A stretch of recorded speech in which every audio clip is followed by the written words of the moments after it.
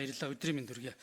Би энэ асуудал дээр шүүхийн ерхий зөвлөлийн шүүгч бус гишүүний сонгож чадварх ажил хэсгээр засгийн газрын түвшинд уг асуудлыг хариуцж байгаа байгууллагын төлөөлөл орж ирж байгаа зарчмын үе дэмжиж байна. Өөрөөр хэлэх юм бол мегмарыг дэмжиж байна.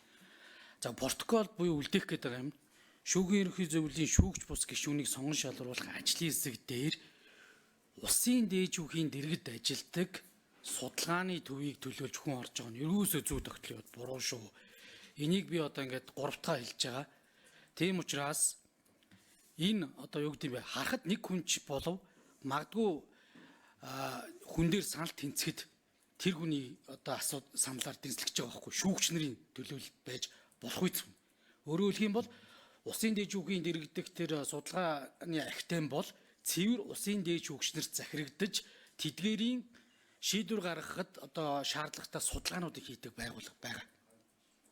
Тийм учраас энэ дээр ерөөсөө одоо энэ бусад ямар судалгааны байгууллага нь мундсан биш дээ.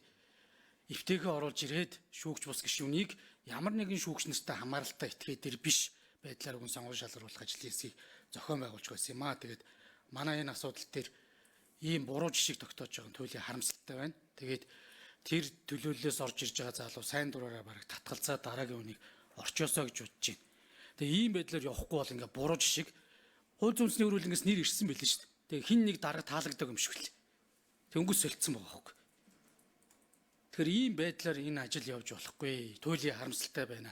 Ялангуяа хууль барьдаг хууль зүйн байнгоор үндсэн хуулийнхаа 19 оны үндсэн хуулийн амин сүнс болсон шүүхийн ерхий зөвлөлийг сонгон шалгаруулах асуудал дээр шүүгч бус гишүүн болон шүүгч нар өөрсдөө хуралдаад өгчөж байгаа. Шүүгч бус гишүүнийг сонгон шалгаруулалтаа шүүгч нарын ямар нэг хамааралтай этгээдийг ерөөс оруулж болохгүй концепт зохихгүй да. Гэвтэл бид нар ингээ хүчиндээд яваад байдаг. Туйлын харамсалтай байна. Тэгээд мегмарыг бол зарчмын хувьд дэмжиж байна. Хууль зүйн дотоод иргэм л байх ёстой төлөвлөлн энэ дэр.